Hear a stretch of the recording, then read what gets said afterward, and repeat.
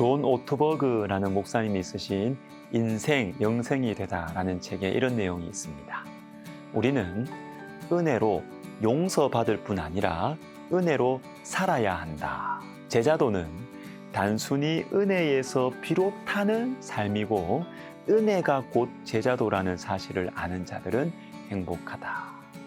하나님의 은혜에 대한 감사와 감격이 우리의 삶을 변화시킵니다.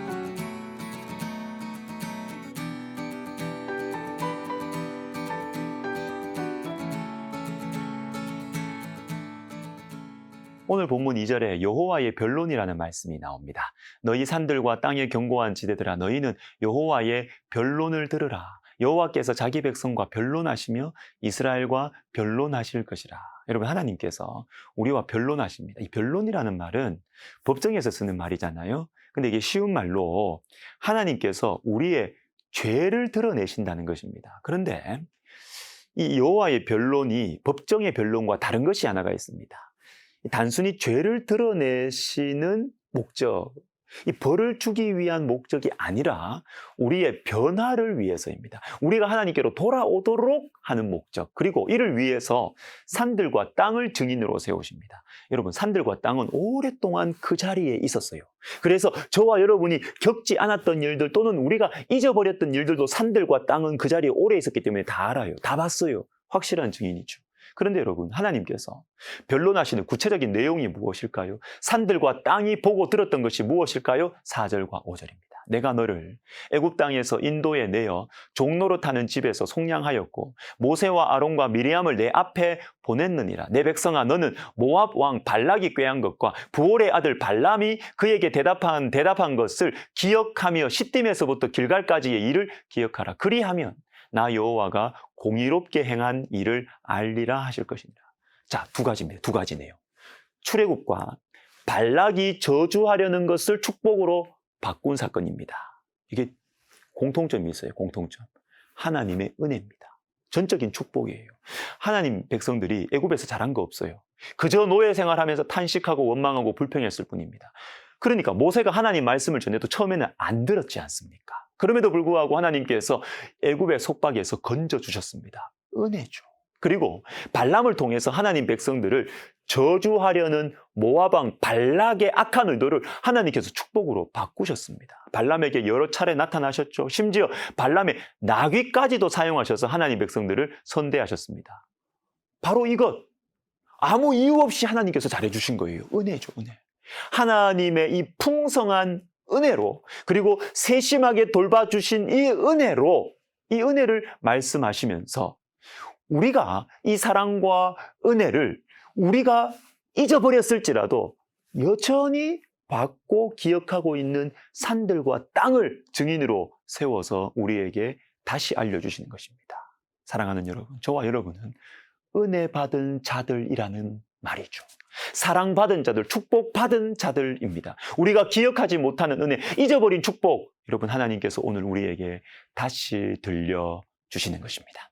하나님의 이 변론에 대한 그러면 합당한 반응은 무엇일까요? 유명한 말씀이 6절부터 8절에 나오는데 이 말씀이 바로 하나님의 은혜에 대한 우리의 반응, 하나님이 원하시는 우리의 반응인 것입니다. 8절만 읽어드리겠습니다. 사람아, 주께서 선한 것이 무엇임을 내게 보이셨나니 여호와께서 내게 구하시는 것은 오직 정의를 행하며 인자를 사랑하며 겸손하게 내 하나님과 함께 행하는 것이 아니냐. 뭡니까? 정의를 행하는 것입니다. 인자를 사랑하는 것입니다. 겸손하게 하나님과 함께 행하는 것입니다. 그런데 중요한 것은 우리가 정의와 인자를 행하는 것 자체가 먼저가 아니라는 거예요. 이건 여러분 반응입니다. 반응. 대답입니다. 그러니까 무엇에 대한 반응과 대답일까요? 하나님의 은혜와 사랑에 대한 당연한 반응과 대답이 정의를 행하고 인자를 사랑하고 겸손하게 하나님과 동행하는 것이다 라는 것이죠. 마태복음 22장에 보시면 이상한 상황이 하나 벌어집니다. 천국은 마치 자기 아들을 위하여 혼인잔치를 베푼 어떤 임금과 같으니 그 종들을 보내어 그 청한 사람들을 혼인잔치에 오라 하였더니 오기를 싫어하거늘. 자, 여러분, 임금이요, 아들의 혼인잔치에 사람들을 초대합니다. 그런데 사람들이 거절을 해요. 이상한 일입니다.